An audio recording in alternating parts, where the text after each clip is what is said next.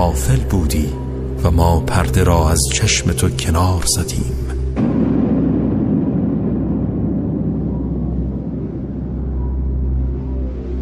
و امروز چشمت کاملا تیزبین است. فرشته همنشین او میگوید این نامه اعمال اوست که نزد من حاضر و آماده است. خداوند فرمان میدهد هر کافر متکبر لجوج را در جهنم افکنید.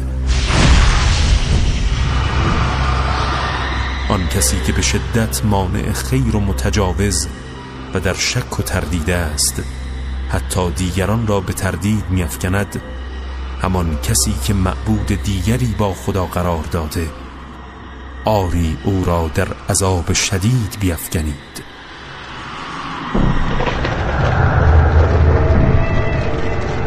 و همنشینش از شیاطین میگوید پروردگارا، من او را به طغیان وا نداشتم، لکن او خود در گمراهی دور و درازی بود. خداوند میگوید نزد من جدال و مخاصمه نکنید، من پیشتر به شما هشدار دادم و اتمام حجت کردم. سخن من تغییر ناپذیر است و من هرگز به بندگان ستم نخواهم کرد.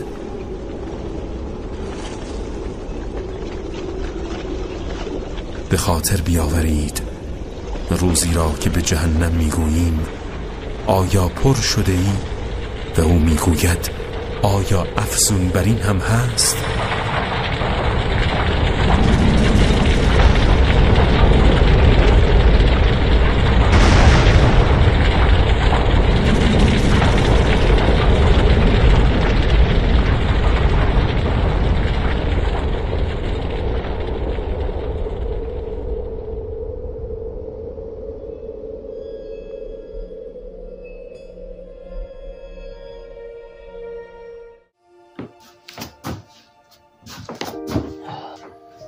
راست گفت خداوند بزرگ و بلند مرتبه.